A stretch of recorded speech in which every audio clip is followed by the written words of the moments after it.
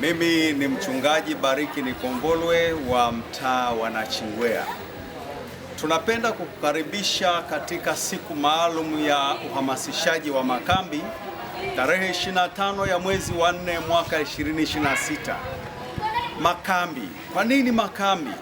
Makambi ni sikukuu ya pekee ambayo Mungu aliagiza watu wake waweze kukutanika mahali pamoja ili wasikie sauti yake kwa siku 7. Lakini basi katika siku hiyo tunahitaji kujifunza kwa nini makambi? Ni matayarisho gani tunayotakiwa kuyafanya ili tuweze kufikia sikukuu ya makambi? Lakini ni mambo gani ambayo hatupaswi kufanya wakati wa makambi? Yote hayo tutayaweka bayana na kuona ni kwamba matayarisho gani kama mtu binafsi, kama kanisa tunayopaswa kufanya ili kufanikisha makambi.